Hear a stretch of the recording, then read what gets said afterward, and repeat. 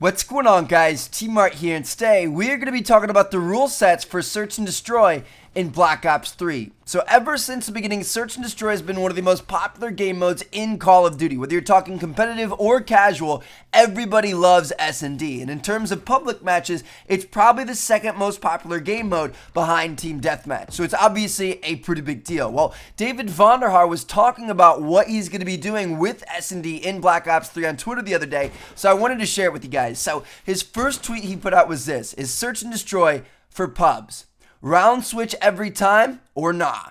Competitive players stay out of this one. You guys know we are going to do that. So if you guys, kind of think back to the past couple of Call of Duty games, we have Black Ops 2, Call of Duty Ghosts, and then Advanced Warfare. And in all three of these games, on the competitive side of things, they changed it up to where rounds switched every round, and it was a best of 11 rounds. So it was the first team to 6 round wins that won the match, which, kind of, sped up the game mode. It made it a little bit more intense, and it made it more fun to watch. So it was good for competitive. But in terms of the public side of things, in Black Ops 2 and Ghosts, they kept it the same Search and Destroy that it's always been the past, all the way back to like Call of Duty 4, where it's just the best of 7. It's the first one to 4 round wins. In Advanced Warfare, this is the first Call of Duty game that actually changed that to where they kind of put the esports rules into the public playlist. Advanced Warfare is the first game where SnD was the first one to 6 round wins, or the best of 11. So this is what Vaughn's talking about. He's saying he's going to keep it the same way for the competitive, playlists and ranked play and stuff like that.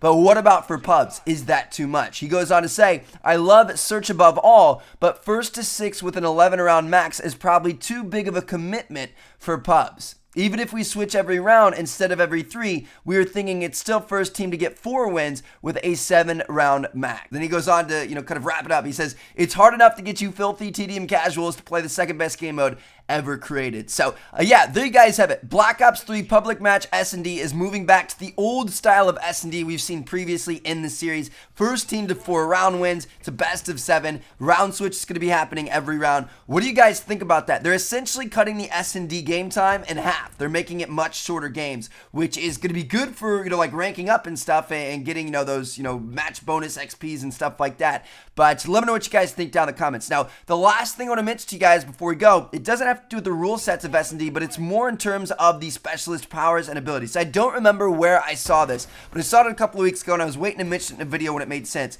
So Dan Bunting, the multiplayer, design director of, Treyarch in Black Ops 3, he was talking about how the specialist powers and abilities are going to work in game modes like SnD, because obviously things like TDM or domination or stuff, if you earn those multiple times throughout a match, that's going to be okay. That's fine. That's not, going to mess too much with the game flow and stuff like that. But think about an SnD, especially now that we know it's going to be the first one to 4 rounds and 7 rounds maximum played. Think about if everybody was earning their specialist characters or like weapons or abilities 2 to 3 times a match. Think about how much would be going down and how crazy that would be, and how much, almost BS would be happening. Like it'd be insane. It'd be way too hard to keep up with. So they actually talked about this, and he said that they are going to adjust the rate at which you earn those abilities and those power-ups depending on the game mode. So like in SnD, he said they were trying to balance it so that, you pretty much play the entire game without getting anything, unless you're absolutely going off. If you absolutely go off, obviously you earn something quicker.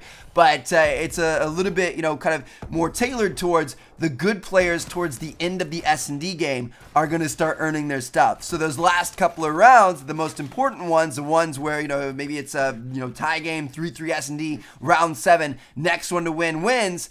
And then everybody has their specialist weapons and abilities, and they're all going crazy, and it kind of, amps up the atmosphere towards the end of the game. So that's kind of their goal with that. So I wanted to mention that to you guys, because it sounds like SnD is going to be pretty epic in this game. So yeah, hopefully you guys enjoyed the video. Thank you guys so much for watching. Got a bunch of great Black Ops 3 videos coming soon. Make sure you guys check out this video right here if you guys haven't seen it yet. I put it up earlier this afternoon. There's 3 new weapons coming to Advanced Warfare: the STG-44 assault rifle, the blunderbuss shotgun, and the SVO sniper rifle. It's all pretty sweet. Thanks for watching, guys. Peace out.